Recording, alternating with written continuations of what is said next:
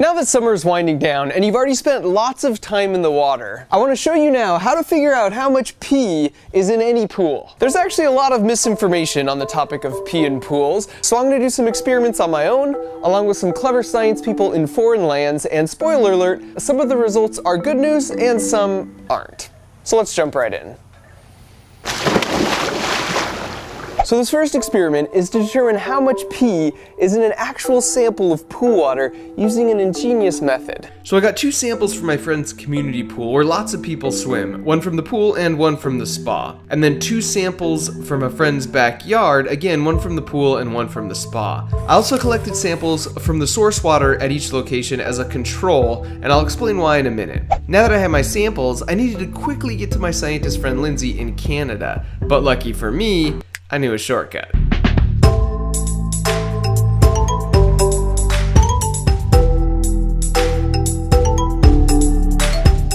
We are now in the lab of the University of Alberta, and this is Lindsay Blackstock, and she is basically a genius. So you are going to help me determine how much pee is in these samples, because we know people pee in the pool. Yes, we have strong evidence that people do pee in the pool.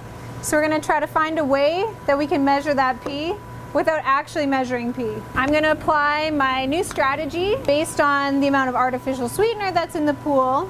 We know artificial sweeteners don't come from anywhere except for urine. So that's the only logical source for them. If we find them in the pool and we know how much artificial sweetener is in the average person's pee, Right. and then using that, we can estimate how much pee is in the pool. Got it. So we're going to take this sample, we're going to bring it over to our sample prep bench. Okay. We're going to filter it, transfer it into some special vials, into this instrument, which is a liquid chromatography system. Of course. So this instrument is going to concentrate our sample before it passes it on over to the second instrument, which is a mass spectrometer. And the mass spectrometer is able to detect the individual little artificial sweetener molecules one by one. Love it. Let's get to work. Bring it on over there. Before we run the samples, let me explain why I find Lindsay the Scientist's solutions so brilliant. You can actually take a sample of pool water and directly measure the amount of urea in there. But the problem with that is humans also excrete urea through things like sweat, which is also very common in a pool. So you can't tell how much of that urea actually came from pee. To get around that, she looked at the amount of a certain artificial sweetener in the sample called asulfame potassium, which is really common in food products such as these, oh, and also all of these.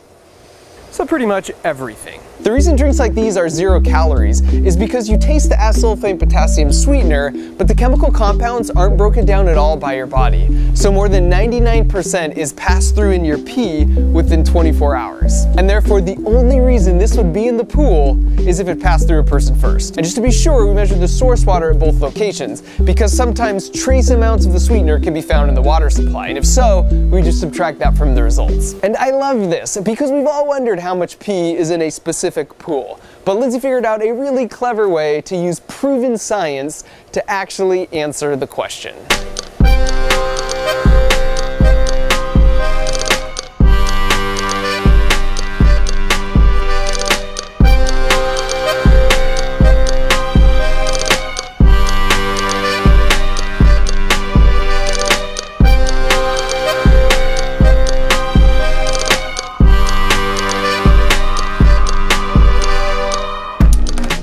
The mass spectrometer takes about an hour to get results, so while we were waiting, Lindsay told me something that really surprised me. Chlorine in pools is obviously really helpful because it breaks down harmful bacteria, viruses, and microbes that would be harmful or even potentially deadly to humans. However, there is one big downside, and that is it reacts with urine to create a byproduct called trichloramine. So trichloramine is what's responsible for that chlorine smell that you might get when you enter into an indoor swimming facility.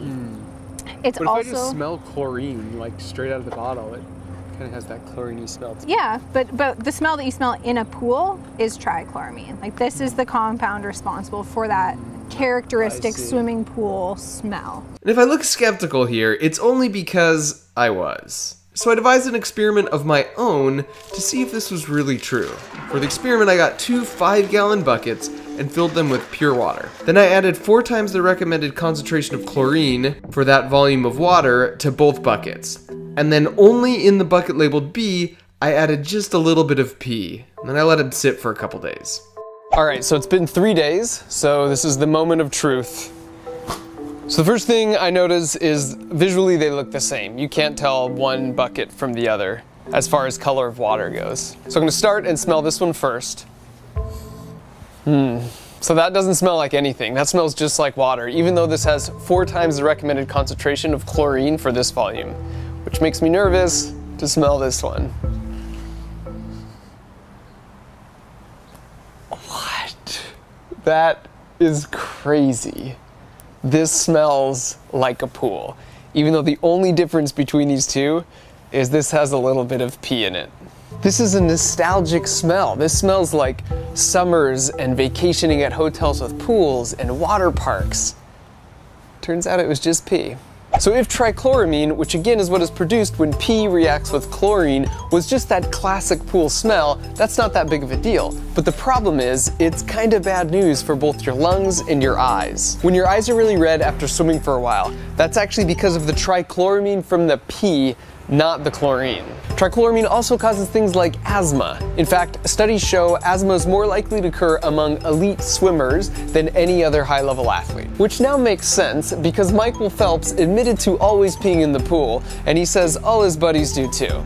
So be cool and don't pee in the pool. Now let's go see Lindsay's results. In Lindsay's research, she sampled 20 public swimming pools and 10 public hot tubs. The average concentration of sweetener for the pools was 470 nanograms per liter, and for the hot tubs was 2,247. So after running all of my samples, we found that here in my friend's backyard pool, they had a concentration of artificial sweetener of 69 nanograms per liter, which equates to just under a gallon of pee, which is actually much lower than the average, but that makes sense because this would see much less use than a public pool. Their spa had a higher concentration than the pool at 103, but since a spa contains much less volume, that equates to about this much pee. So far, not bad. And then in this public community pool, we had 27 nanograms per liter of artificial sweetener concentration, which for this volume is again a little bit less than a gallon. And then the spa was higher at a concentration of 335, which is about this much for the volume of the spa. So the concentration of artificial sweetener in this pool and spa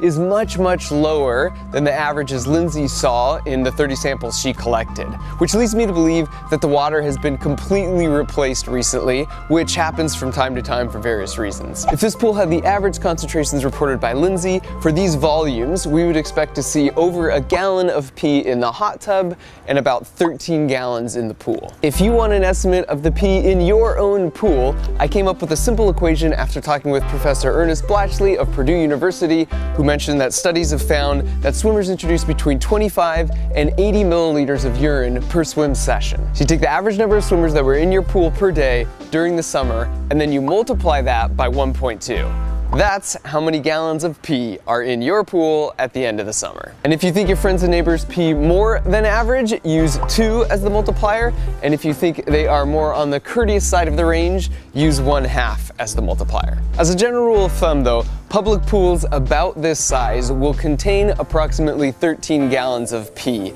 and Olympic pools will contain, brace yourself, over 130 gallons. There are some caveats to these generalizations, so check out the links in the video description for published papers from both scientist Lindsay and Professor Blatchley. So in conclusion, what does this all mean? Like, is this something to be grossed out about? For starters, let me just say pee is generally considered to be sterile, meaning it's free from bacteria and any living things. You could totally drink the stuff and not get sick. In fact, in some cultures, that's totally a thing. You drink the grandson's pee and it's gonna help you.